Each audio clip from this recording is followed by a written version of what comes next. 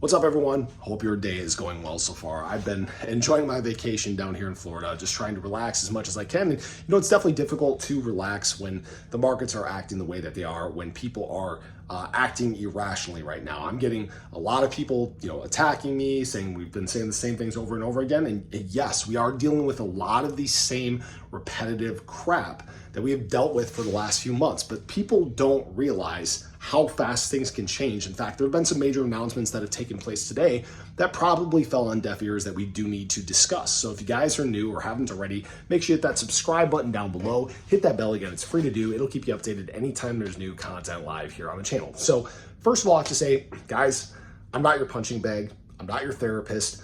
Separate your feelings from finance. That is the easiest way to make it in the space. Me personally, I do not care about price as of right now. Some people may think I'm trading. I'm really not. I haven't bought or sold anything in the last week or so. I bought very heavily during this dip that we've gone on, but I'm not actively trading. I'm waiting patiently because I understand that times will in fact get better in the crypto market. What we're dealing with right now is a lot of that fear and uncertainty surrounding tariffs, surrounding the economy, right?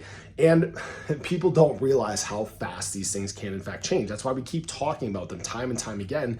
It's so that people don't get lulled into complacency, so they don't get caught sitting on their hands. If you have money on the sidelines, that's fine, right? But sometimes people wait too long in the crypto market, and that's how you miss out on opportunity. The market at any point, whether it's today, tomorrow, next week, next month, whenever it may be, can in fact take off and start setting new highs. For example, what was the thing that caused this uncertainty over the last 24 hours? What caused this fear to ensue? What caused the market to drop? The diminishing relationship between Canada and the US. Well, what took place today? A call between President Trump and the Canadian Prime Minister, and the call went very well. And it sounds like things are going to be just fine. And this is why I keep saying it's manipulation. Stop falling for the loud noise in the market. That's why my finger is not anywhere close to the sell button right now. Secondly, tariffs were going to be imposed on a lot of the world for many different products. And guess what? The European Union just made major trade concessions to avoid the tariffs that are being imposed by the US. Guys, it is all going to work itself out over time. And yes, it's boring. Yes, it's repetitive. It sucks. I get it, right? We just sat through a long period from basically March of 2024 until basically November of 2024. So you're talking about what's that? Not 9 months, a 7-month period where the markets frankly sucked and they were boring and there was nothing taking place. And yes, we're once again in a period that sucks. Do I think it's going to be that long? No. Things are sorting themselves out. Data is getting better. PCE report this morning actually came in a little hotter than expected. Income is actually on the rise, savings on the rise as well. So those are actually good things for better economics in the long run. Not necessarily great when we're talking about rate cuts, but everything will get better over time. But the problem that you run is when you get stuck with this bearish sentiment, which I keep seeing people making comments on YouTube, I see it on Twitter, and it doesn't bother me any. You can say whatever you want. It's an open forum. I don't care.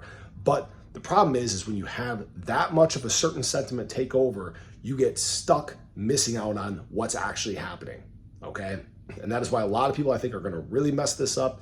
They're going to get stuck thinking that we're going into a bear market cycle. They're going to miss out on huge opportunity that's before us right now, these continued discounts that we've been getting for a long period of time.